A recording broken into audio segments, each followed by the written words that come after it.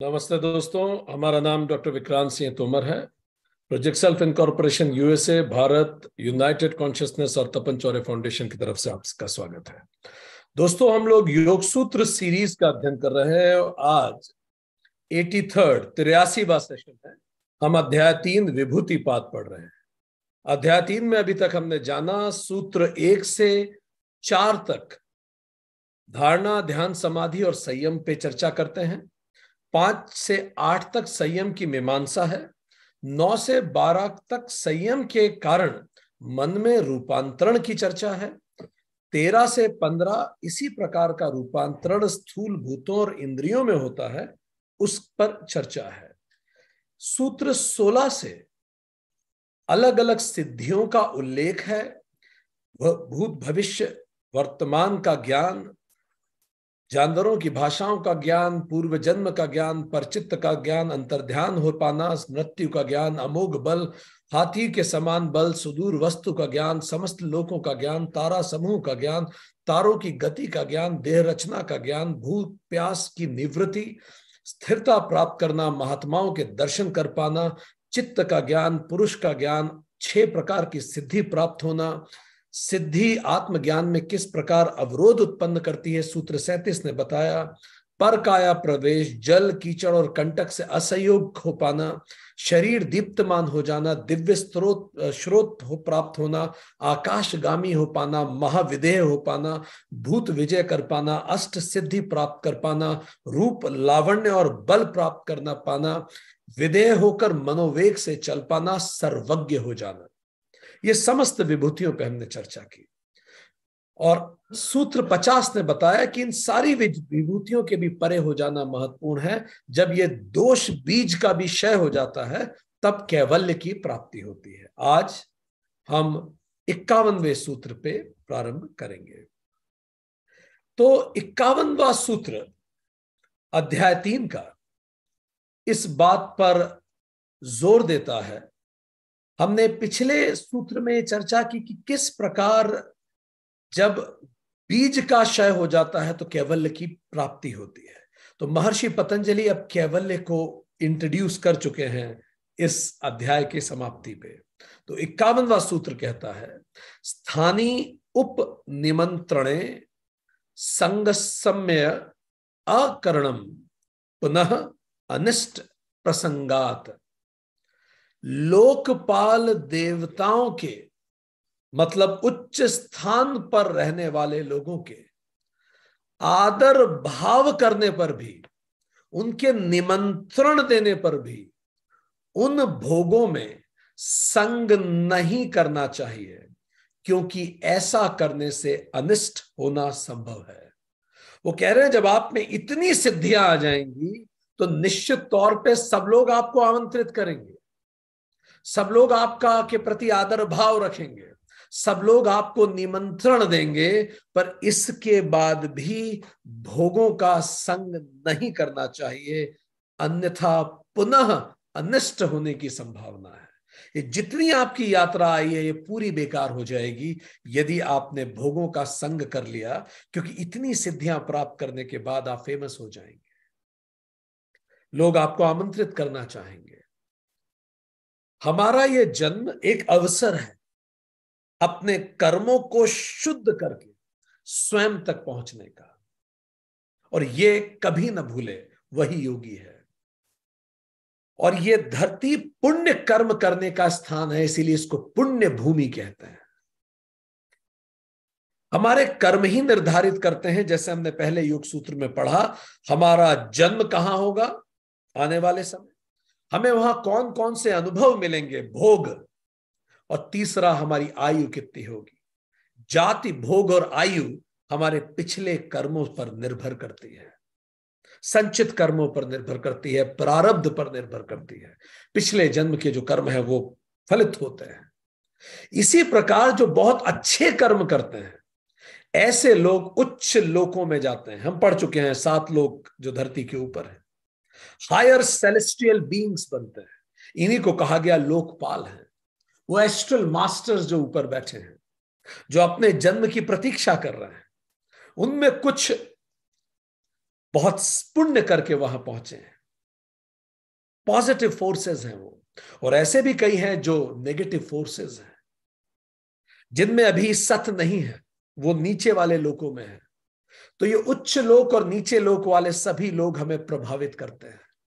जब भी कोई व्यक्ति साधना करता है, सघन तप करता है, तो उसमें शक्ति केंद्रित होने लगती है।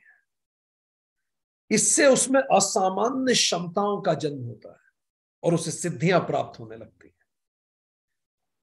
अब जब इस तरह की सिद्धि उसे मिलने लगती है, तो कई बार वो नेगेटिव ऊर्जाएं उस व्यक्ति को प्रभावित करने लगती हैं।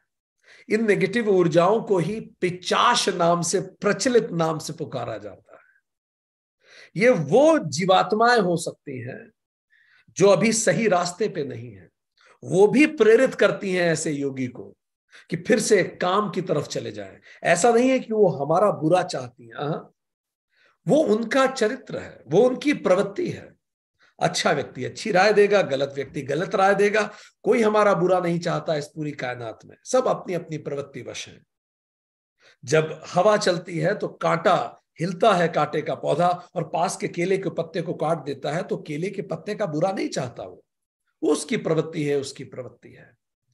तो ऐसी भी कई ऊर्जाएं हैं, कई जीवात्माएं हैं जो अपने जन्म का इंतजार कर रही हैं, और वो चूंकि अभी इवोल्यूशन में हायर नहीं हुई हैं, तो वो ऐसे योगी को प्रभावित करने लगती है।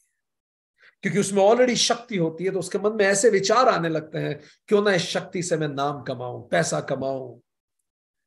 अत्यधिक शक्ति से समस्त जगत का आदर मुझे मिल ही रहा है, और इस साधना का पथ छोड़ के वो मुड़ जाते हैं। और कई बार ऐसा भी होता है कि जो उच्च लोकों में लोग हैं, जीवात्माएं हैं, वो भी लुभाती हैं। वो भी ये कहती हैं कि सुख सुविधाएं, समृद्धि, ऐश्वर्य, संपत्ति, हर कुछ जो तुम एक समय चाहते थे वो आज तुम्हें उपलब्ध है। हर कुछ जो तुम चाहते थे, जो तुम्हें नहीं मिला, आज इस योग साधना से तुम्हें सब कुछ मिल गया। बस यही समय होता है भटकने की संभावनाओं का।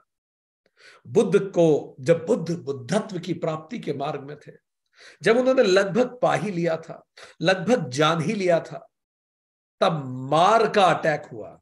मार का मतलब कामनाएं।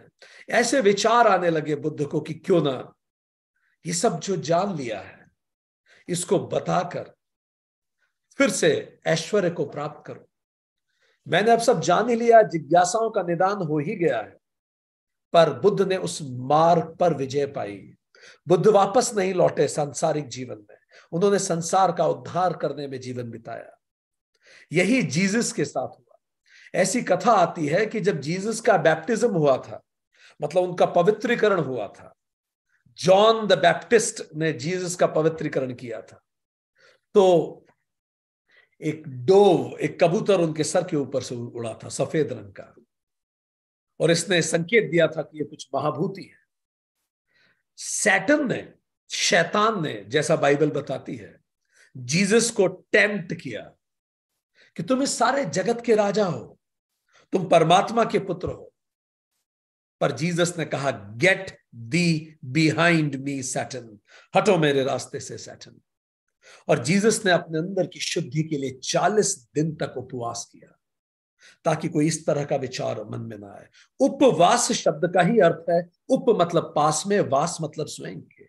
जब भी ऐसे नेगेटिव विचार आए, उपवास करें, खुद के पास बैठें, शांत रहें और समझें विचार किस वासना से पैदा हो। स्वामी विवेकानंद जब सब कुछ प्राप्त कर चुके थे, जब सब कुछ प्राप्त कर चुके थे, उस समय उनको हार्वर्ड यूनिवर्सिटी से बुलावा आया था कि आप आइए और हार्वर्ड यूनिवर्सिटी में डिपार्टमेंट ऑफ फिलॉसफी को चेयर कीजिए। स्वामी विवेकानंद ने उसको अस्वीकार कर दिया था। दुनिया की सर्वश्रेष्ठ यूनिवर्सिटी थी वो, पर स्वामी जी अपने लक्ष्य के प्रति सचेत थे। यम और नचिकेता संवाद कठोपनिषद भी इसी प्रकार का होता है। हम आपको एग्जैक्टली वो संवाद सुनाते हैं जब मृत्यु ने मनुष्य से चर्चा की, रादर जब मनुष्य ने मृत्यु से चर्चा की। एक मनुष्य जो हमेशा मृत्यु से डरता रहता है, जब वो मृत्यु से चर्चा करता है तो चर्चा क्या हुई। यम से नचिकेता छोटा सा बालक पूछता है, कठोपनिषद अध्याय 1 श्लोक 20, नचिकेता वर मांगता है, चूंकि यमराज ने कहा था वर मांगो, तो नचिकेता कहता है मृत्यु के परे क्या है। कोई कहता है हम हमेशा रहते हैं, कोई कहता है नहीं रहते, सत्य क्या है मुझे बताइए। सूत्र 21 यमराज कहते हैं, इस विषय में तो देवताओं को भी संदेह हुआ था, यह गूढ़ ज्ञान आसान नहीं है, कुछ और मांग ले तू। वो जो ऊपर एस्ट्रल बॉडीज हैं, एस्ट्रल बीइंग्स हैं, they are also not clear about it. Yama ने कहा जो तुमसे पहले आके चले गए वो भी कंफ्यूज हैं इस बारे में, कुछ और मांग ले, ये कठिन है। नचिकेता कहता है आपसे बेहतर कोई शिक्षक हो सकता है मृत्यु पर, मुझे यही बताएं। अब जो यमराज कहते हैं वो सुनिए और अपने जीवन की सारी कामनाओं पर विचार कीजिए। और इस धरती पे आपने जो भी सर्वश्रेष्ठ समृद्ध लोग सुने हैं, देखे हैं, आप जानते हैं, फेसबुक पे देखते हैं, इंटरनेट पे देखते हैं, एटीला हो या कुछ भी हो, उस सब को कल्पना में लाई और सुनिए यमराज क्या कह रहे हैं। यमराज कह रहे हैं, सूत्र 23 श्लोक 23, 100 वर्ष की आयु के बेटे और पोते ले ले, धरती के सारे पशु ले ले, स्वर्ण ले ले, विशाल भूमंडल ले ले। कितनी महंगी है रियल स्टेट, कह रहे पूरा रियल स्टेट ले ले। जितने वर्ष जीना चाहे तू जिएगा, जा मैं तुझे ये आशीर्वाद देता हूं, पर ये मत मांग तू। यम कहते हैं जितना धन चाहे ले ले। सुनते जाइए वो क्या क्या दे रहे हैं। जितनी आयु, जितना धन, चिरस्थायी जीविका ले ले, ऐसा बिजनेस जो कभी डाउनफॉल नहीं होगा, अनंत समृद्धि ले ले, और भी कोई तेरी कामना हो तो वो ले ले, पर ये मत पूछ। आगे कह रहे हैं श्लोक 25, मनुष्यों को भी जो भोग दुर्लभ हो ऐसे ऐश्वर्य मांग ले। तेरा प्राइवेट जेट हो, तू घूमने जाए अंतरिक्ष में, तू स्पेस टूरिज्म करे अपने परिवार को लेके, तो जो मांगना है मांग ले। कह रहे मनुष्यों को दुर्लभ ऐश्वर्य मांग, रथ मांग, फरारी मांग, रॉल्स रॉयस मांग, रथ मांग, व्हीकल मांग, सारे बाजे मांग, जितने एंटरटेनमेंट तू सोच सकता है सब मांग ले। पूरा लॉस वेगस तेरा, दुर्लभ रमणिया मांग, इस धरती में जो सबसे खूबसूरत स्त्रियां कभी भी प्रकट हुई हैं तो वो मांग ले। उनसे सेवा करवा, पर ये मत पूछ। कल्पना कीजिए यमराज क्या कह रहे हैं। श्लोक 26, नचिकेता उत्तर देता है, हे प्रभु ये भोग कल को तो नहीं रहेंगे, ये समस्त इंद्रियों के तेज को भी शिथिल कर देंगे, और जीवन तो क्षणिक है। एक पल, एक साल, एक सहस्त्राब्दी यूं तो बीतती है। इसीलिए ये रथ और नृत्य आप ही रखें प्रभु, मुझे नहीं चाहिए। श्लोक 27 में बोलता है, मनुष्य कभी धन से तृप्त नहीं हो सकता। There are no material solutions of emotional needs and there are no emotional solutions for spiritual questions. भावनात्मक समस्याओं के आर्थिक निदान नहीं होते और आध्यात्मिक प्रश्नों के भावनात्मक समाधान नहीं होते। नचिकेता कहता है श्लोक 28, ये शारीरिक आकर्षण जनित सुख अनित्य है। सूत्र 29, मैं इसके अतिरिक्त और कोई वर नहीं चाहता, बस आप मुझे ये बताएं ये चक्र क्या है, ये क्या है जो चलता है। यमराज नचिकेता की पात्रता को निश्चित करना चाहते थे कि ये पात्र है, क्योंकि जो पात्र नहीं होता वो भटक जाता है। उसको समझाओ तो भी उसे समझ में नहीं आता, वो भटक ही जाएगा। इसीलिए आदि शंकराचार्य लिखते हैं भज गोविंदम में, हम आपको पढ़ के सुना रहे हैं, भज गोविंदम पहला छंद, हे मूर्ख मनुष्य इस परम सत्ता को, उस परम सत्ता को प्रणाम करो, उसकी स्तुति करो, उस गोविंद की, उसमें अपना समय व्यतीत करो, क्योंकि इस जीवन का अंतिम सत्य मृत्यु है, जिसे व्याकरणों के नियमों को याद करके टाला नहीं जा सकता। आप कितना भी अच्छा सेंसेक्स में कर लें, आप मृत्यु को नहीं टाल सकते। श्री गोविंद को भजो, उनका नाम लो। महज व्याकरण के नियमों से जीवन नहीं चलता, उससे काम नहीं चलेगा। व्याकरण से तात्पर्य ये जो rules and regulations of the world है। छंद 2, मूर्ख व्यक्ति की तरह धन संग्रह करना और धन का लोभ करना छोड़ो। अपना मन परिश्रम से जो धन प्राप्त हो उसी में प्रसन्न रहो। व्यर्थ के प्रश्नों को छोड़ दो, चेष्टाओं को छोड़ दो। अपने चित्त को परिश्रम से प्राप्त धन में ही प्रसन्न करो। देह से कैसा प्यार, नारी की हो या पुरुष की, कैसा मोह। छंद 3, ये तो महज मांस का टुकड़ा है, उसी से उसके अन्य अंग बने हैं। इसीलिए तुम अपने मन को प्रभु भक्ति में लगाओ और देह की लालसा त्याग। छंद 4, ये जीवन क्षणिक है, जैसे कमल के पत्ते पर पानी की बूंद। पूरा संसार ही चिंताओं, लालसा और अहम के कारण परेशान। छंद 5, जब तक पुरुष शारीरिक रूप से सक्षम होता है, जब तक व्यक्ति शारीरिक रूप से सक्षम होता है, तो परिवार के सभी सदस्य उसका सम्मान करते हैं। जब उसका शरीर कमजोर हो जाता है, रोगग्रस्त हो जाता है, वृद्ध हो जाता है, तो कोई उसके नजदीक आकर हाल भी नहीं पूछता है। जब तक जीवन है, परिवार के सदस्य उसकी बात करते हैं।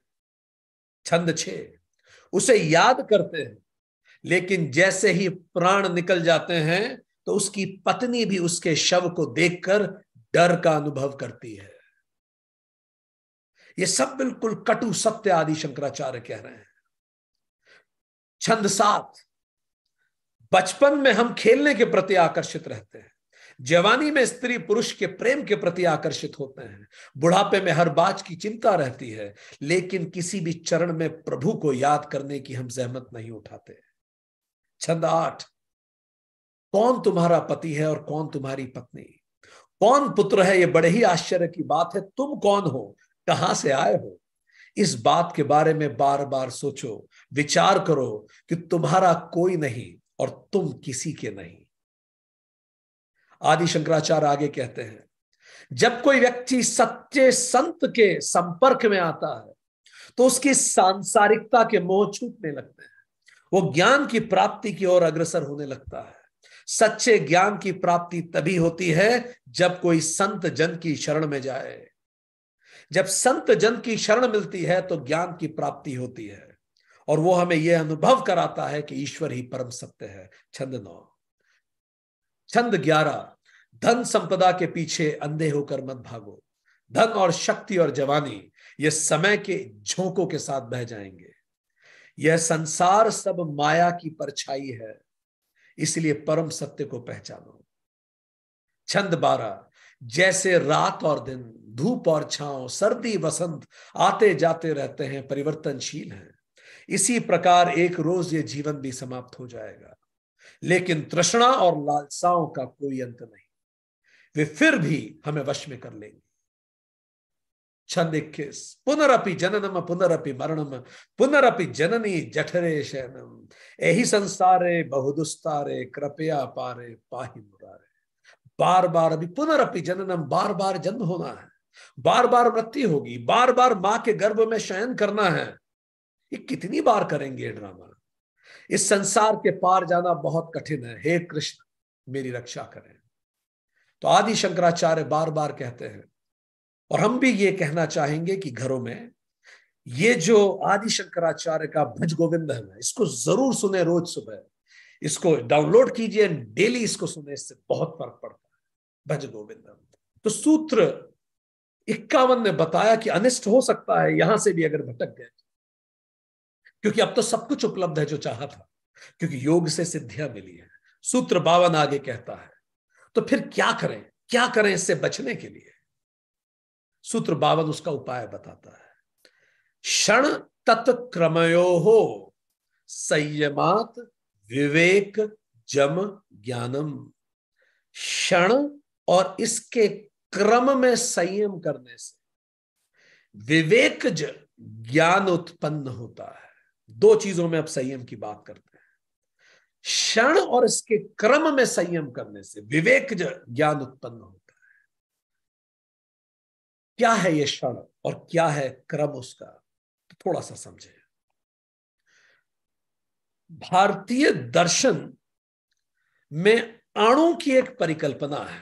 अणु का डेफिनेशन है smallest individual particle in existence which can not be broken. वो सबसे छोटा पार्टिकल इस पूरी सृष्टि का जिसको और न तोड़ा जा सके, वो है अणु।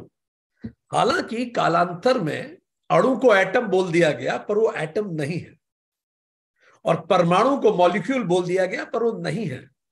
अणु की परिभाषा यह है जो भी सबसे छोटा हो। तो अणु का मतलब एटम इसलिए नहीं हो सकता क्योंकि एटम तो और तोड़ा जा सकता है सब एटॉमिक पार्टिकल्स में, न्यूट्रॉन, प्रोटॉन, इलेक्ट्रॉन में तोड़ा जा सकता है। प्रोटॉन को फिर से क्वार्क में तोड़ा जा सकता है, क्वार्क्स वाइब्रेशन में तोड़े जा सकते हैं। सो अणु वो है जो सबसे छोटा पार्टिकल है, वो एटम नहीं है।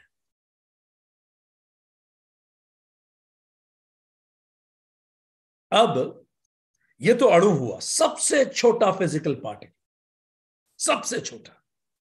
अभी जो बिल्कुल छोटा फिजिकल पार्टिकल है जिससे हम सब बने, ये लैपटॉप बना, हम बने, आप जो कुछ देख रहे हैं सब बने, वो सबसे छोटा पार्टिकल जो देखा ही नहीं जा सकता, उसको और विभाजित नहीं किया जा सकता। मैटर का सबसे महीन रूप अणु है। अब अगला यहां हमारे सूत्र में शब्द आया क्षण और क्रम में संयम करने से। क्षण मतलब मोमेंट। तो मोमेंट की डेफिनेशन क्या है? जैसे अणु की डेफिनेशन है, अणु क्या है? Smallest individual particle in existence which can not be broken.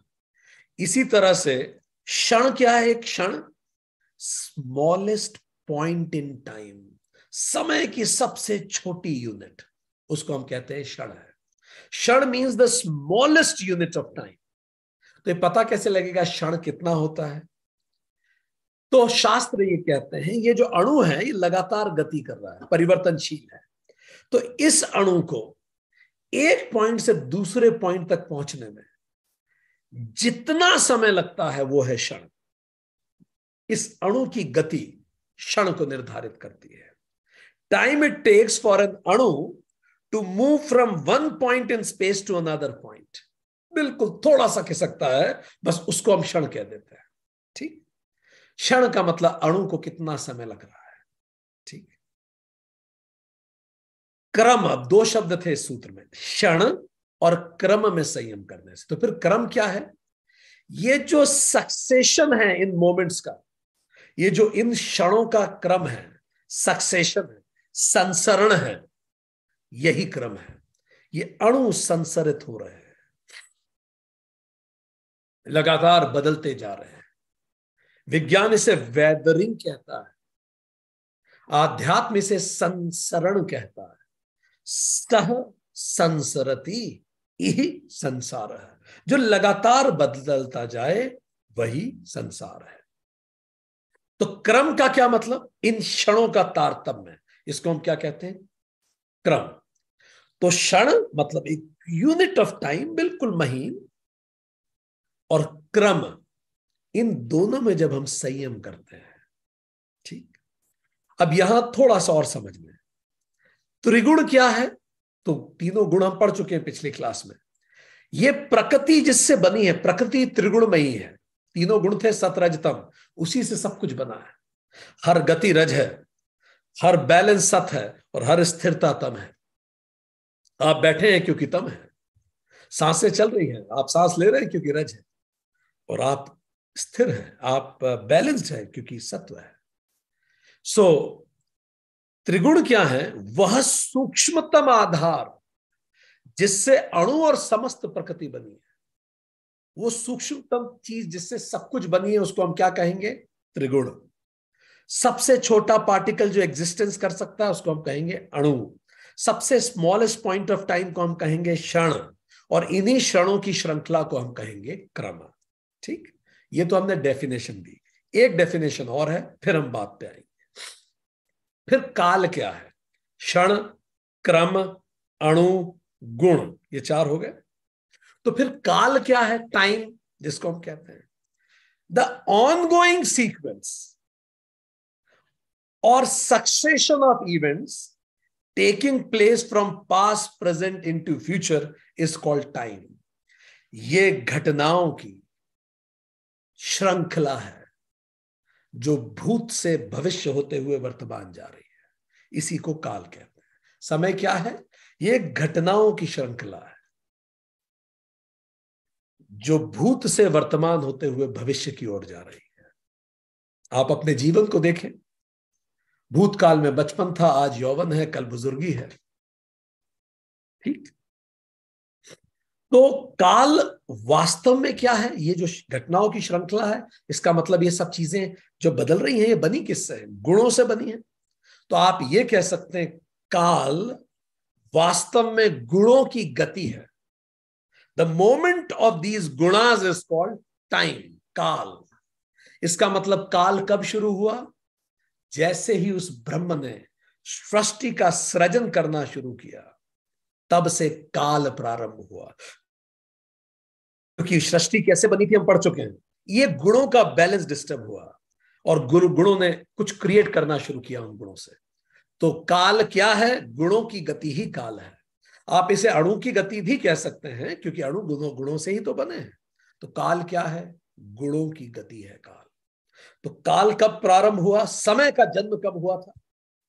जब ये सृष्टि को प्रारंभ करने का संकल्प ब्रह्म के मन में आया था, ब्रह्म ने विचार किया था तब। इसीलिए ब्रह्म कालातीत है, वो समय के परे है। सो अणु जहां पहले था वो पास्ट है। जैसे आपने घर बनाया, उसमें बहुत सारे अणु हैं, छोटे छोटे से एटम्स। आज से 100 साल पहले वो जहां थे, आज जहां हैं, और 10 साल बाद जहां होंगे। तो इसी को हम क्या कहेंगे? समय ने सब लीन लिया, समय ने सब कुछ खत्म कर दिया। ठीक। सो अणु जहां पहले था उसको हम पास्ट कहते हैं, अणु जहां आज है उसको हम प्रेजेंट कहते हैं, और अणु जहां कल पहुंचेगा उसको हम फ्यूचर कहते हैं। बस यही संसरण संसार है, लगातार बदलता हुआ। किसी भी पल ये हमेशा बदलता रहेगा। आप पास्ट और फ्यूचर में तो जा ही नहीं सकते, आप वर्तमान में ही रह सकते हैं, क्योंकि ये वर्तमान में ही तो ये अणु ऐसा है।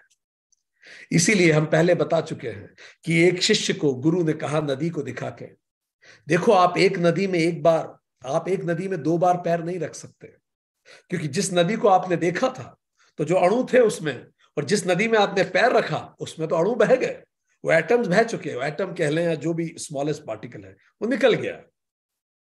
तो वो जो अणु था वो अब नहीं है। तो आप एक नदी में 2 बार पैर नहीं रख सकते, क्योंकि पहला पैर जब आपने रखा और दूसरा पैर जब रखा तब तक नदी बदल गई है। तो शिष्य ने मुस्कुरा के बोला, गुरुजी इस हिसाब से तो हम एक नदी में एक बार भी पैर नहीं रख सकते, क्योंकि जिस नदी को आपने देखा था और जिसमें पैर रखा वो भी तो बदल गई। सब कुछ बदलता है, सब कुछ प्रतिक्षण बदल रहा है, प्रतिक्षण अणु खिसकता जा रहा है। इसीलिए कहते हैं घड़ियाल करता है मनादी।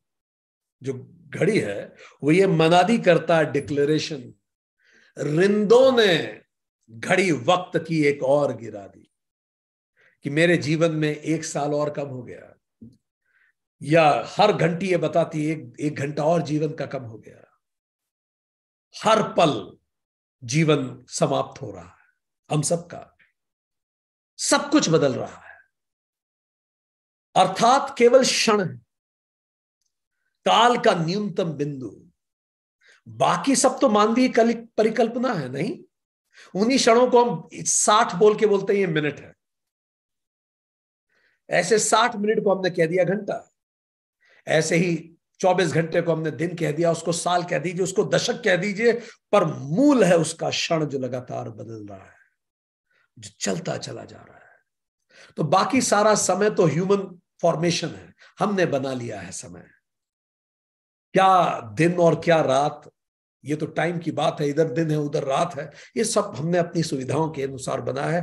पर क्षण सत्य है, क्षण व अणु शिफ्ट होता जा रहा है। मनुष्य ने इस क्रम के नाम रख दिए हैं, लेबल कर दिए हैं, जो सूर्य की गति के अनुरूप है।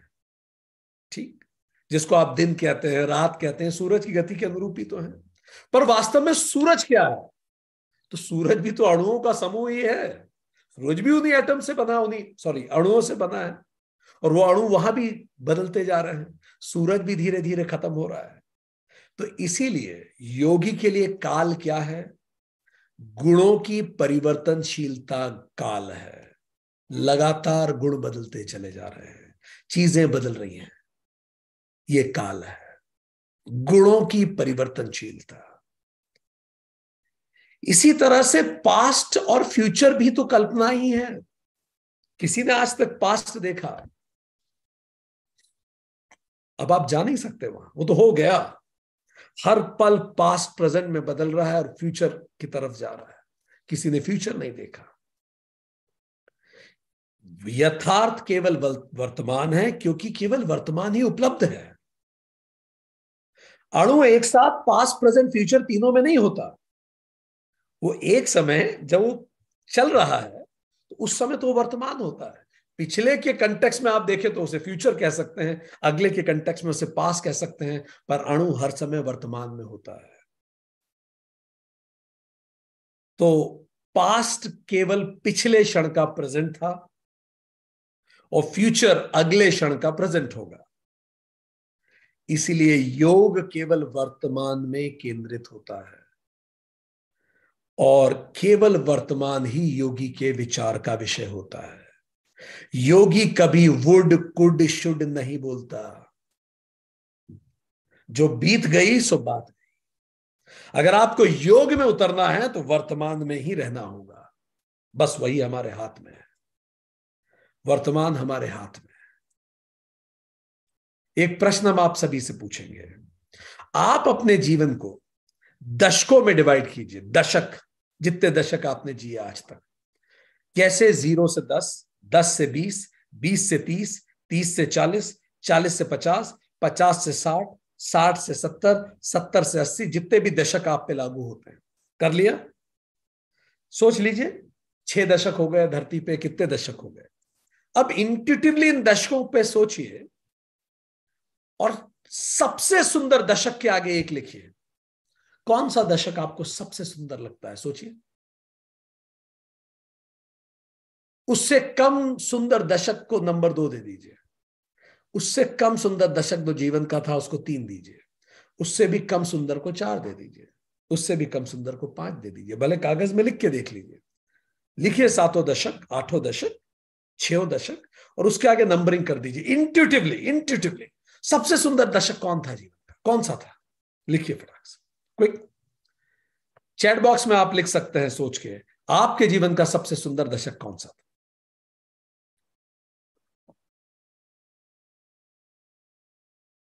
इंट्यूटिवली जो सबसे सुंदर दशक आपके जीवन का रहा हो। 0 से 10, 10 से 20। घटनाएं याद मत कीजिए, भावनाओं के बारे में सोचिए। सबसे सुंदर भावनाएं कौन से दशक में थी? ठंडी हवाएं आती उस दशक को सोच के। जल्दी लिखिए फटाफट, जल्दी जल्दी जल्दी लिखिए, लिखिए जल्दी, लिखिए फटाफट, लिखिए लिखिए।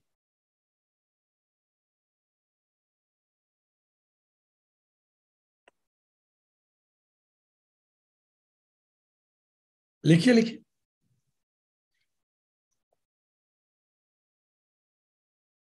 Perfect, perfect.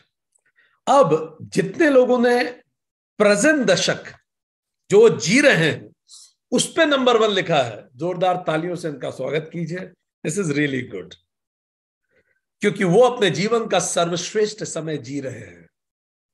और जितने लोगों ने किसी और दशक पे नंबर 1 लिखा है, वो आज सोते समय सोचिएगा, इस दशक में मैं ऐसा क्या मिस कर रहा हूं या कर रही हूं कि मैं इसके सामने एक नहीं लिख पाया। क्योंकि केवल यही दशक तो मेरे सामने है, बाकी सब तो जा चुका है। केवल यही दशक है जिसमें मैं कुछ कर सकती हूं, कर सकता हूं। बाकी सब तो इतिहास हो चुका है। यह है योगी की सोच, वर्तमान। योगी इस क्षण व इसके क्रम पर संयम करता है। ध्यान दीजिए, योगी इस क्षण पे संयम करता है। और इसके क्रम पे संयम करता है, तो उसको ये बदलता हुआ जगत दिखने लगता है। वो ध्यान से देखता है कि कैसे चीजें बदल रही हैं। वो खुद को देखता है, वो खुद के शरीर को देखता है।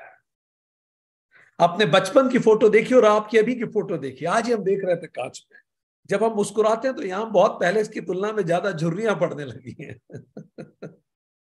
इस तरफ, दोनों तरफ। सो धीरे धीरे स्किन शरीर को छोड़ना शुरू कर रही है। ठीक, शरीयति, शरीयति इति शरीर, जिसका शरण होता है। हमारे पूर्वज और क्या कर सकते थे, नाम तक वही रख दिया कि हम भूले ना कि ये तो शरीरती है, इसका तो शरण ही होना है। देह बोला दहनम योग्य, जो जलाने योग्य है। शरीयती, दहनम, वो शब्द ही बता रहा है कि ये बदलेगा हर पल। शास्त्र बोलते हैं 6 बदलाव आते हैं शरीर में। पहला अस्थि, भूमि में आता है। जायते, पैदा होते हैं हम। वर्धते, हम बड़े होते हैं, टीनेज में आते हैं। विपर्यते, मेटामॉर्फोसिस होता है, प्यूबर्टी आती है। उपक्षीयते, एज बढ़ती है, डीके होना चालू होता है, चमड़ी छोड़ना चालू करती है स्किन पे, आंखों पे चश्मा लगता है, दांत कमजोर हो जाते हैं, आंतें कमजोर हो जाती हैं, घुटने दुखने लगते हैं। छठा प्रणश्यति, और फिर नाश हो जाता है। शरीर के सेल, शरीर का रक्त हर पल बदल रहा है। योगी क्षण और इस क्रम पे संयम करता है। वो अपने भावों को देखता है। आज जिसे प्रेम किया, कल उसी को नापसंद कर रहे हैं। आज जिससे शादी के लिए मर रहे थे, आज उसके साथ शादी में मर रहे हैं। ऐसे कैसे चल रहा है? आज जिसे नापसंद किया, कल उसी की आदत हो गई। अब वो अपने भावों को देखता है। किसी ने लिखा, इतने मानुष सयाद से हो लिए, जल्लाद की भी इतनी आदत हो गई कि अब रिहाई मिलेगी तो मर जाएंगे। ठीक, तो हर चीज की आदत हो जाती। तो अपने भावों को भी देखता है योगी, कैसे भाव बदल रहे हैं। वो अपने विचारों को देखता है, चिर परिवर्तनशील। एक नई जानकारी आई, विचार बदल गए। दूसरी जानकारी आई, विचार फिर बदल गए। थोड़ी परिपक्वता ने विचार बदल दिए, कुछ जानकारियों ने विचार बदल दिए, कुछ परिस्थितियों ने विचार बदल दिए। How many of you can relate with this? कितने लोग कहते हैं, पहले हम ऐसा नहीं सोचते थे, अब ऐसा सोचते हैं, उन्होंने हमारे साथ ऐसा किया, इसने वैसा किया, इसलिए हम ऐसा सोचते हैं। कई बार कुछ अच्छे विचार जुड़ते हैं, कई बार कुछ कुरूप विचार जुड़ते हैं। विचार बदल रहे हैं। फिर वो संसार को देखता है। रूप गया, यौवन गया, पूरे के पूरे साम्राज्य चले गए, नक्शे बदल गए, महाद्वीप बदल गए, तारे बदल गए, ग्रह बदल गए, ब्रह्मांड बदल गया। जियोग्राफी में हम ये सब पढ़ते हैं, सब बदल रहा है। पर समस्या ये है, योगी जब इस पे सोचता है तो रियलाइज करता है, समस्या ये है, ये अणु तो हर पल बदल रहा है, पर व्यक्ति स्थिरता चाहता है। अणु तो हर पल शिफ्ट हो रहा है, पर व्यक्ति स्थिरता चाहता है। वो सदा यौवन चाहता है। यौवन नहीं तो सदा आरोग्य तो चाहता ही है। स्वास्थ्य, सदा स्वास्थ्य, सदा यौवन। रिश्ते सदा के लिए हो, व्यक्ति सदा के लिए हो, समृद्धि सदा के लिए। कितने लोग ये सोचते हैं, लेट्स बी वेरी ऑनेस्ट, कि स्वास्थ्य सदा के लिए रहे, जीवन में जो रिश्ते हैं वो सदा के लिए रहे, जीवन में जो व्यक्ति हैं वो सदा के लिए रहे, कम से कम जब तक मैं हूं तब तक तो रह ही रहे। यौवन सदा के लिए रहे, प्रेम सदा के लिए रहे, प्रसन्नता सदा के लिए रहे, शक्ति सदा के लिए रहे, व्यक्ति सदा के लिए रहे। पर समस्या ये है, ये जिन भी चीजों को हम सदा के लिए चाह रहे हैं, हर व्यक्ति का शरीर, मन, बुद्धि, अहंकार, इस सृष्टि के 5 महाभूत, संसार, सब प्रतिक्षण बदल रहा है। स्थायित्व तो कहीं भी नहीं है। आज है, कल नहीं है। अतः इस क्षण भंगुर संसार में स्थायी आनंद तो प्राप्त हो ही नहीं सकता। ये असंभव है जो हम चाह रहे हैं, ये यूटोपिया है। हमारे सामने कुछ लोग जाएंगे, कुछ लोगों के सामने हम जाएंगे, सब कुछ क्षणभंगुर है। तो मैं, मेरे रिश्ते, मेरे लोग, मेरी संपत्ति, मेरी शक्ति, मेरी समृद्धि, मेरा आरोग्य, मेरा यौवन, सब एक दिन जाने ही वाले हैं। अतः यदि मेरी खुशियां इन पर निर्भर हैं तो मैं दुख के बीज खुद बो रहा हूं। ये सब काल बाधित हैं, पर मैं अपने स्वप्न में ही जीना पसंद करता हूं। मैं सोचना ही नहीं चाहता कि एक दिन मैं अस्वस्थ हो जाऊंगा। मैं सोचना ही नहीं चाहता कि जिसको मैं सबसे ज्यादा प्रेम करता हूं वो मेरे पुत्र, मेरी पति पत्नी, माता पिता होंगे, उनके बिना भी एक दिन मुझे जीना पड़ेगा। व्यक्ति सोचना ही नहीं चाहता, घबराता है सोच के। उन रिश्तों के बिना मैं रहूंगा जो आज मेरे जीवन का आधार है। एक दिन मैं शक्तिहीन, अशक्त हो जाऊंगा, अपने पैरों पे खड़ा तक नहीं हो पाऊंगा। बड़े बड़े चैंपियन अपने जिंदगी के उत्तरार्ध में चल तक नहीं पाते थे। काल सब कुछ लील जाएगा, यह ड्रामा खत्म हो जाएगा। मेरा हर भौतिक आनंद में दुख के बीज छुपे हैं, जो आज नहीं तो कल प्रकट होंगे ही होंगे। ऐसा कोई नहीं पैदा हुआ इस धरती पे जिसके सामने वो दुख के बीज फिर प्रकट न हुए हो। ये तो आएंगे ही, ये तो आने के लिए ही बने हैं। और यही बात योगी ध्यान रखता है। इसी ज्ञान को विवेक ज्ञान कहते हैं। जब समस्त जगत ही क्षणभंगुर है, अनित्य है, जब हम इस पे बार बार सोचते हैं तो इस अनित्य के प्रति एक गहरा वैराग्य उत्पन्न होता है। इसलिए भगवान कृष्ण गीता में कहते हैं, अध्याय 6 श्लोक 35, असंशयम महाबाहो मनोदुर्निग्रहम चलम अभ्यासेन तु कौन्तेय वैराग्येण च गृह्यते। बिल्कुल कोई संशय की बात ही नहीं है। मन बार बार भटकेगा जगत की तरफ, पर इस वैराग्य का अभ्यास करते रहना, इसी से विवेक उत्पन्न होता है, इससे भटकाव नहीं होता। यह संसार रूपी वृक्ष एक मृग तृष्णा है। भगवान कृष्ण कहते हैं, गीता अध्याय 15 श्लोक 3, यह संसार रूपी वृक्ष एक मृग तृष्णा है, एक स्वप्न है। जैसा दिखता है, जैसा ये दिखता है, गंभीरता से विचार करने पर यह वैसा नहीं दिखता। इसका ना आदि है, ना अंत है, ना ही प्रतिष्ठा ही है। It does not exist. ये तो जाने के लिए बना है। इसको काटने हेतु असंग रूपी शस्त्र चाहिए, वैराग्य चाहिए। और वैराग्य आता है बार बार इस पर मंथन करने पर, अनित्य के मंथन करने पर। जब क्षणिक से वैराग्य होता है तो फिर नित्य की खोज होती है। और इसी नित्य और अनित्य के भेद को जानना विवेक ज्ञान है। हर चीज को जीवन में दो पार्ट में डिवाइड करें, नित्य है, अनित्य है। जो भी अनित्य है उससे प्रेम दुख होगा।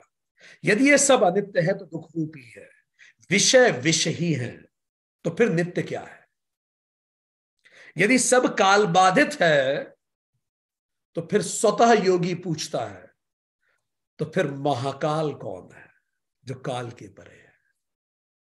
यदि ये सब लीला है तो लीलाधर कौन है? यदि ये सब माया है तो मायापति कौन है? अगर ये सब स्टिकी है, मधु है, तो मधुसूदन कौन है? अगर ये पूरा त्रिपुर है, मी माइन नॉट माइन, ये जो मैं, जो मेरा है और जो मेरा नहीं है, ये पूरा त्रिपुर भस्माभूत है, तो त्रिपुरांतक कौन है? और यदि ये सब प्रकृति है तो पुरुष कौन है? और अगर ये सब देह ही है, जलने के लिए ही बनी है, तो देही कौन है? योगी इस तरह के प्रश्न पूछता है हमेशा। अब विवेक ज्ञान से व्यक्ति इनर मेटलर्जी करता है, आंतरिक खनन शुरू होता है और से अशुद्धि निकाल के शुद्ध पुरुष और नित्य को प्राप्त करने की प्रक्रिया शुरू होती है। इसी तरह नित्य अनित्य प्रकृति पुरुष प्रकृति का परिशोधन एक्सट्रैक्शन करने से अनित्य छूटता जाता है और नित्य प्राप्त होता जाता है। तो महर्षि पतंजलि ने यह बताया कि किस प्रकार यह विवेक ज्ञान प्राप्त होता है। क्षण और उसके क्रम पे बार बार सोचें, ये सब बीत रहा है, ये सब ड्रामा खत्म होगा, सब बह रहा है। आगे सूत्र 53 में वो कहते हैं, जाति लक्षण देशो हो अन्यथा अनवच्छेदात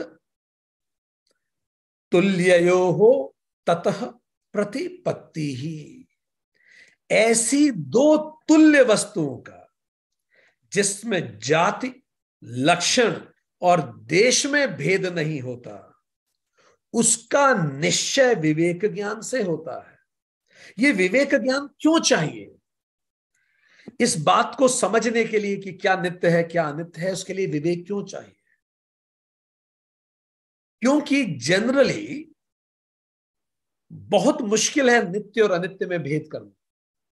कारण यह सूत्र बताता है, कारण यह है क्योंकि भेद तीन आधारों पे होते हैं। चलिए कोई भी दो चीजों में आपको भेद करना है, ठीक, ये आईपॉड ईयरपॉड्स हैं और ये पानी का ग्लास है, ये दो अलग चीजें, भेद करना है। तो सूत्र बता रहा है तीन का तरह से भेद होता है। पहला जाति, there are 3 grounds of differentiation. पहला है जाति मीन्स स्पीशीज, दूसरा है लक्षण मीन्स कैरेक्टरिस्टिक्स, और तीसरा है देश मीन्स लोकेशन। अब इन लोकेशन मीन्स कहां है? अब इन दोनों की लोकेशन तो सेम है, बिल्कुल पास पास में। स्पीशीज भी सेम आप कह सकते हैं कुछ हद तक, दोनों निर्जीव हैं, पर कैरेक्टरिस्टिक्स अलग है।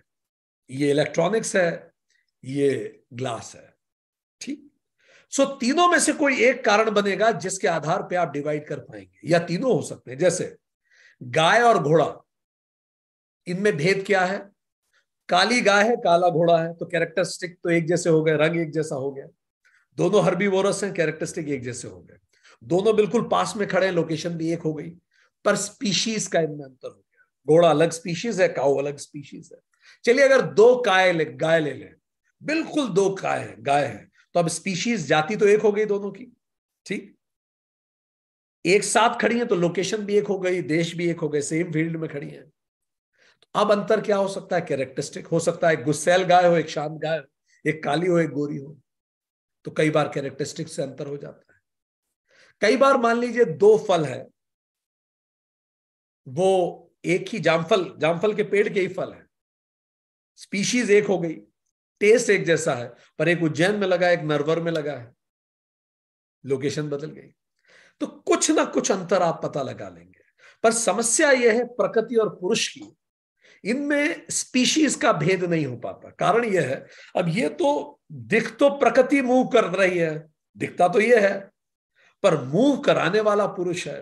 तो इसीलिए स्पीशीज का भेद मुश्किल हो जाता है, क्योंकि सभी में वही चेतन व्याप्त है, सभी में।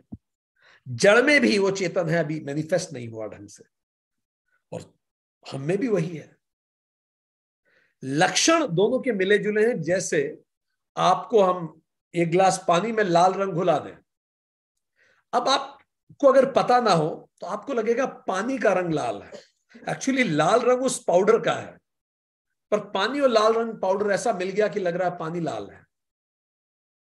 सो ये दोनों एक जैसा हो जाता है। शरीर और आत्मा, नित्य और अनित्य, इस कदर एक दूसरे से मिल जाते हैं, इसीलिए कैरेक्टरिस्टिक्स भी एक जैसी दिखने लगने लगती, और लोकेशन भी एक साथ ही है। देखिए एक साथ ही हर समय रहती है। इस कारण दोनों एक जैसे दिखते हैं। और ये जो हमारी इंद्रियां हैं, ये प्रकृति को ही देखती हैं, इसीलिए ये प्रकृति को ही स्वयं मानती हैं, क्योंकि इंद्रियां बाहर की सूचना देती हैं।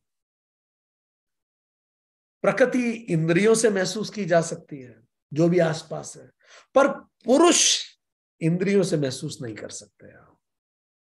पुरुष मन का विषय भी नहीं है।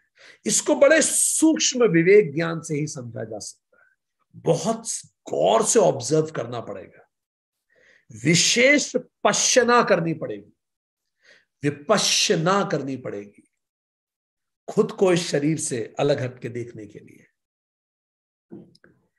यह बड़ा सटल इनवर्ट ऑब्जर्वेशन है। नित्य और अनित्य जो मेरे अंदर है, और बहुत ही स्पेसिफिक आउटवर्ड एनालिसिस भी है। जगत में भी मैं देखूं क्या नित्य है क्या नित्य है। सो इसलिए वो ये कह रहे हैं कि विवेक इसलिए जरूरी है क्योंकि जाति, लक्षण और देश से आप अंतर नहीं कर सकते हैं, पुरुष और प्रकृति का। बड़ा कंफ्यूजिंग है ये। इसीलिए आपको विशेष पश्चना करनी पड़ेगी। किस पे? क्षण और उसके क्रम पे। अब वो बता रहे हैं जब ये विवेक ज्ञान होता है, ये किस प्रकार होता है। तो सूत्र 54 में वो कहते हैं, तारकम सर्व विषय सर्वथा विषयम अक्रमम विवेकज ज्ञानम। जो भव सागर से तारने वाला है, तारकम, हम जो भव सागर से तारने वाला है, सर्व विषयम, जो सभी विषयों को जानने वाला है, सर्वथा विषयम, जो सब प्रकार से जानने वाला है, अक्रमम, जो बिना क्रम के जानने वाला है, वह विवेक जनित ज्ञान है। तो विवेक ज्ञान के 4 लक्षण हैं। अगर हम कहें कि किसी में विवेक ज्ञान है तो 4 लक्षण है उस विवेक ज्ञान के। ये बुद्धि की बात नहीं कर रहा। कंसेप्ट फॉर्मेशन है intelligence. We are not talking about intelligence, we are talking about विवेक, discretion, ability to discrete between नित्य और अनित्य। विवेक ज्ञान के 4 लक्षण है। पहला, तारकम, लिबरेटर है ये, इट लिबरेट्स। बाह्य निमित्त, एक्सटर्नल स्टिमुली के बिना स्वयंभू सेल्फ स्टीयर्ड ज्ञान है ये। अंदर से निकलता है, अंदर से प्रकट होता है, स्वयं अंदर से आता है ज्ञान। शिव जी के लिंग की प्रारंभ की इसी प्रकार की एक घटना, एक कहानी इसी प्रकार की प्रचलित है। वो कुछ ऐसी है कि शिव जो लिंगम है, भगवान शिव एक बार तपस कर रहे थे, और शिव जब तपस कर रहे थे तब उनको देखकर बहुत सारी महिलाएं, स्त्रियां उनके रूप पर मोहित हो गई। पर जब वो मोहित हुई और शिव को का आराधना करने लगी, इतने में ही उनके पति आए। उनको ये देख के बड़ा क्रोध आया। शिव वस्त्रहीन थे, क्योंकि वो तो सदाशिव हैं, वो तो पुरुष हैं, प्रकृति स्वयं उनका वस्त्र है। और शिव का जो लिंगम था वो सेल्फ स्टीयर्ड था, वो इरेक्टेड लिंगम था। तो पुरुषों ने इसको गलत समझा और शिव पर प्रहार करने की कोशिश की, उनके जो पति थे। अचानक शिव स्वयं लिंग स्वरूप बन गए। जब शिव स्वयं लिंग स्वरूप बन गए तब उनके पतियों को यह महसूस हुआ ये कोई आम सन्यासी नहीं है, ये सिद्ध है। और तब उन्हें एहसास हुआ कि शिव का जो लिंगम है, जो शिवलिंगम है, वो किसी व्यक्ति को देख के स्टीयर्ड नहीं होता, किसी व्यक्ति या वस्तु से प्रभावित नहीं है। वो स्वयं अपने अंदर अपनी योग साधना का जो आनंद है उससे स्टीयर्ड होता है। तो जब हम शिवलिंगम की आराधना करते हैं तो हम आराधना करते हैं अपने अंदर की अनंत प्रसन्नता का, अपने अंदर की अनंत शांति का, सेल्फ स्टीयर्ड ज्ञान का। कि मेरी प्रसन्नता किसी पर निर्भर नहीं करती। स्पॉन्टेनियस फ्लैश ऑफ इनसाइट आता है। जब व्यक्ति दुनिया को देखता है तो एक स्पॉन्टेनियस फ्लैश होता है उसके दिमाग में कि ये तो अनित्य है, कहां इसमें पड़ना है। My happiness should be self-steered and not depend on anything temporary, because temporary things cannot give permanent happiness. जब इस तरह की बुद्धि चलती है तो ये होती है तारकम liberator. Temporary things can never give me permanent happiness, इसलिए मैं वहां कोशिश ही ना करूं। दूसरा फीचर, सर्व विषयम, सभी विषयों में, इन ऑल सब्जेक्ट्स, प्रत्येक वस्तु में नित्य और अनित्य का भान होता है। ऐसे व्यक्ति को वस्तु, प्रत्येक वस्तु,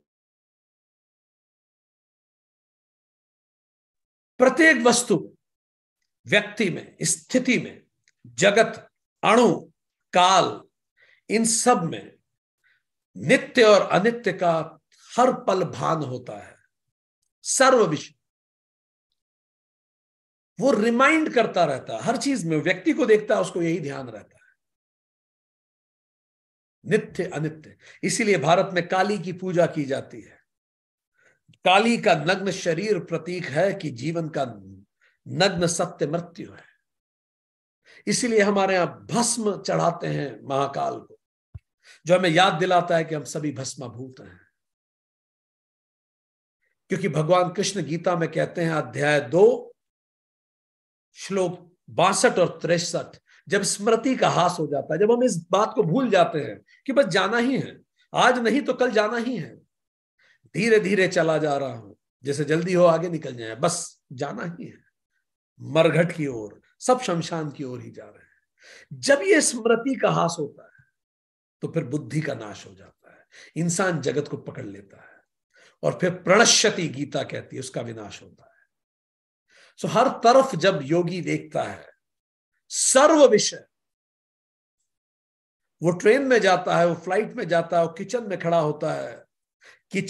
होता है, वो बीच पे होता है, बीच की लहरें उसे याद दिलाती हैं ऐसे एक दिन मुझे लेके चली जाएगी।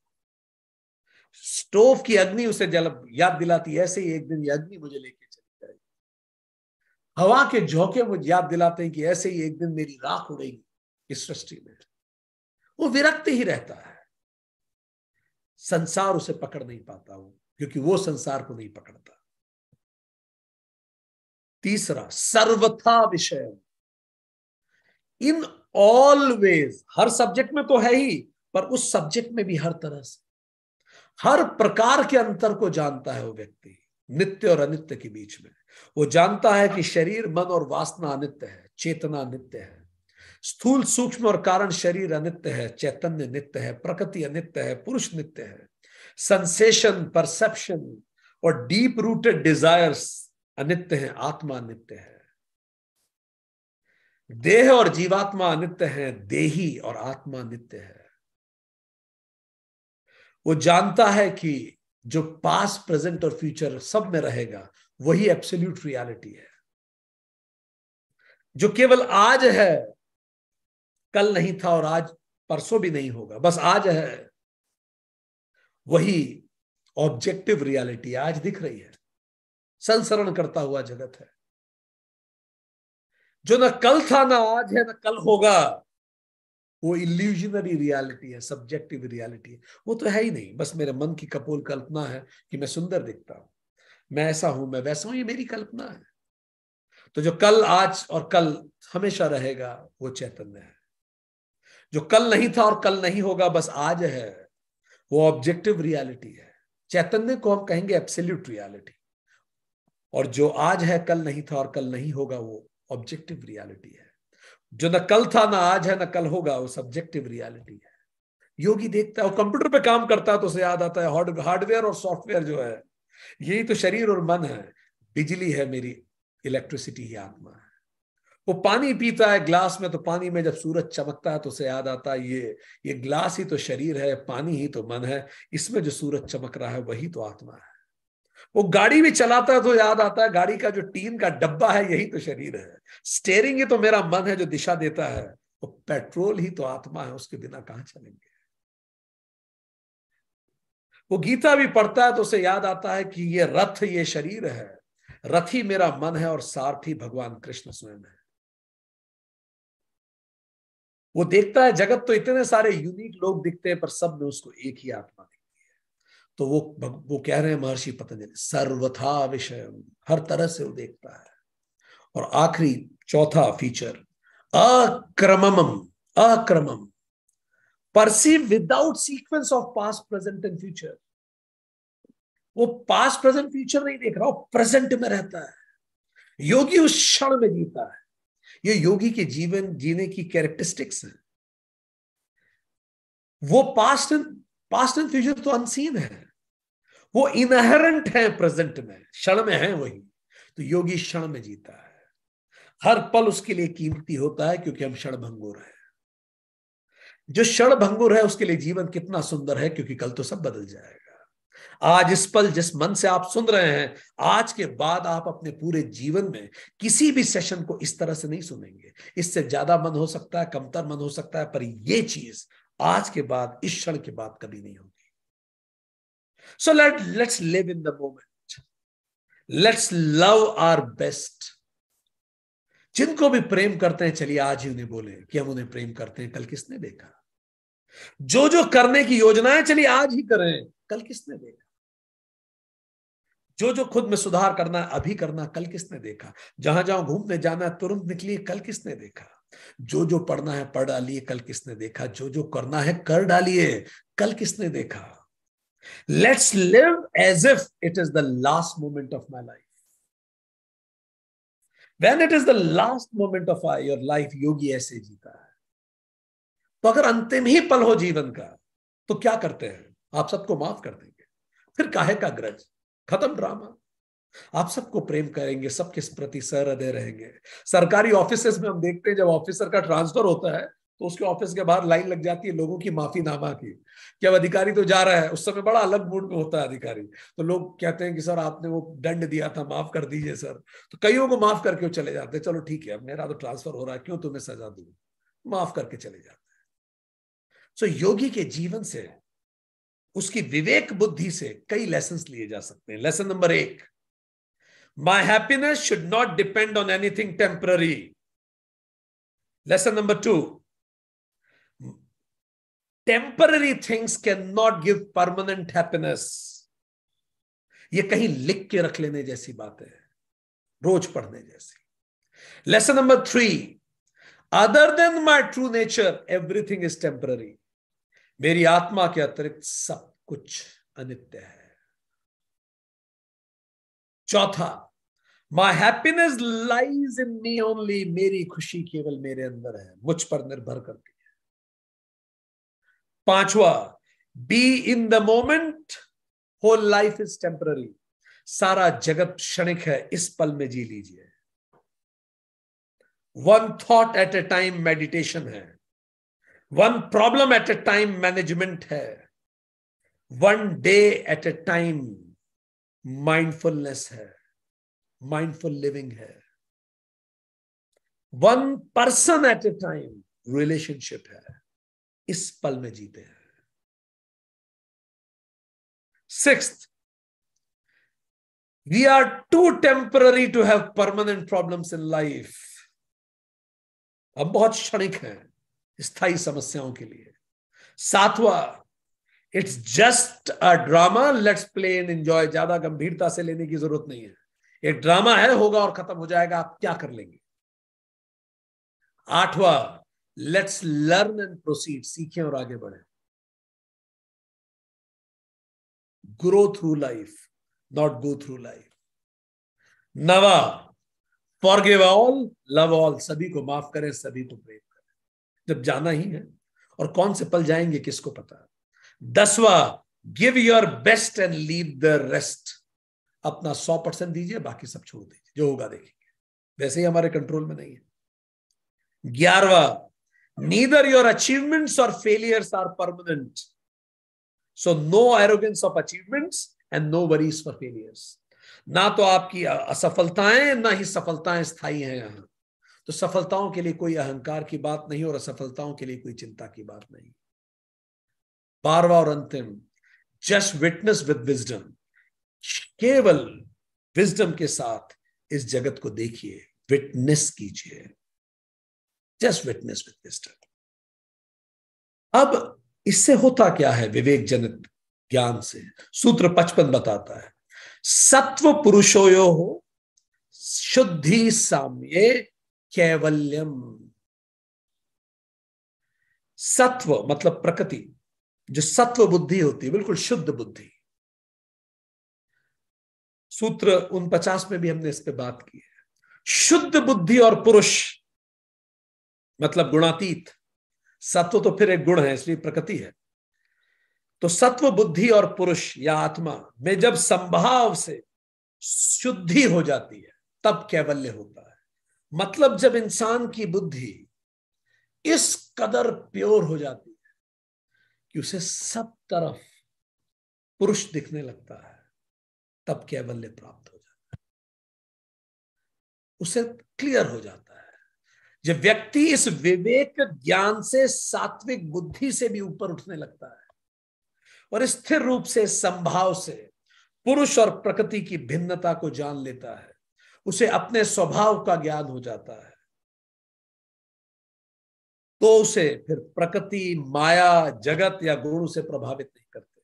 वो पुरुष में स्थापित हो जाता है, वो मायापति से जुड़ जाता है, जगदीश्वर से जुड़ जाता है, गुणातीत हो जाता है। और इसी तरह से गुणातीत होने को कैवल्यम कहा जाता है। कैवल्यम को प्राप्त कर लेता है, उसे कैवल्य की प्राप्ति हो जाती है। महर्षि पतंजलि कहते हैं उसे कैवल्य को प्राप्त हो करता है। सत्व बुद्धि मतलब प्योर सात्विक बुद्धि, शुद्धि साम्य मतलब पूरी तरह से शुद्ध हो चुकी है। जैसे जल पूरा शुद्ध होता है तो सूरज रिफ्लेक्ट होता है, ऐसे ही जब बुद्धि पूरी शुद्ध हो चुकी होती है, प्योर एज इक्वल टू पुरुष, इतनी शुद्ध, तो सारी अशुद्धियां, कौन सी अशुद्धियां? 6 रिपु, काम, क्रोध, ईर्ष्या, बैर, 5 क्लेश, सारी अशुद्धियां समाप्त हो जाती है। तो एक शुद्ध कांच की तरह पुरुष को प्रतिबिंबित करता है, जैसे पानी में सूर्य प्रतिबिंबित होता है। अब योगी प्रकृति से भिन्न खुद को जान लेता है और उसका जीवन तद अनुरूप बदल जाता है, वो जीवन मुक्त हो जाता है। सो अपने आप को इस कदर प्योर करना है, इस कदर प्योर करना है कि स्वतः वो विवेक हम में जागृत होना चालू हो। उसके लिए उपवास करें, एक दिन सप्ताह में निकालें अपने आप को रिफ्लेक्ट करने के लिए। एक दिन वैसा आचरण करें जैसे पुरुष का आचरण होना चाहिए। एक दिन सप्ताह में खाना मत छोड़ें भले, पर कम से कम एक दिन ऐसा आचरण करें मानो आप स्वयं परमात्मा है। वैसे ही बातें करें लोगों से, वैसे ही चर्चा करें लोगों से। केरल में भगवान अयप्पा की पूजा होती है, जिसमें 40 दिन के लिए एक व्यक्ति स्वयं अयप्पा बनते हैं। वो दाढ़ी नहीं कटाते, बिल्कुल वैसे रहते हैं जैसे स्वयं भगवान, और उनके घर के लोग भी उनका फिर वैसे ही आदर करते हैं। घर में हर व्यक्ति नहाता है उस दिन, उस समय घर में पूरी सफाई होती है, बिल्कुल वैसा ही माना जाता है जैसे वो व्यक्ति स्वयं अयप्पा है। इस प्रक्रिया का उद्देश्य भी यही है, खुद को शुद्ध करने की ट्रेनिंग देना। क्योंकि जब हम शुद्ध होना चालू होते हैं तो अपने आप हम इन चीजों से कनेक्ट कर पाते हैं और फिर हमारा जीवन जीने का तरीका बदल जाता है। जहां ये कहा सत्व बुद्धि से भी परे हो जाता है।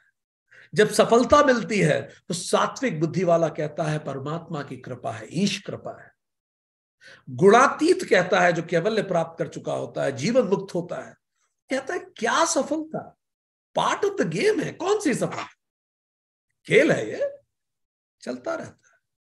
जब असफल होता है तो सात्विक बुद्धि वाला बोलता है ईश इच्छा, गुणातीत बोलता है कौन सी असफलता, इस ड्रामा में क्या तो सफलता क्या तो असफलता, सीखो और आगे बढ़ो अगर असफलता भी है तो।